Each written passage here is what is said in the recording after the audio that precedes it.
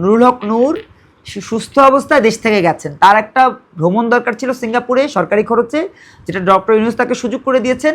তিনি ভ্রমণ করতে গেছেন উইদাউট মানি, নিজের কোনো খরচ লাগেনি, সরকারি খরচে তিনি ভ্রমণ করেছেন, সরকারি খরচে তিনি ঘুরে এসেছেন, এবং সরকারি খরচে যে ঘুরতে পারা যায় সেটা একটা উদাহরণ তিনি তৈরি করেছেন যে সরকারি খরচেও ঘুরতে যাওয়া যায়।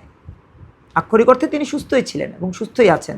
আপনারা তার একটা ভিডিও হয়তো দেখেছেন, তাকে ডাক্তার বলছিলেন যে একটু কাত হন, তিনি উল্টে তার পেছন সাইডটা দেখাচ্ছিলেন।